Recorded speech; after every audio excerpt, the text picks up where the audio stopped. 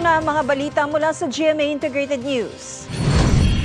Sinabi ng China na isang maliit na civilian vessel mula sa Pilipinas ang iligal na dumaong sa baybayin sa South China Sea. Ayon sa China Coast Guard, pumunta raw ito sa Spratly Islands kahapon para magdala ng supplies doon. Sinusubukan pa namin makuha ang pahayag ng Philippine Coast Guard.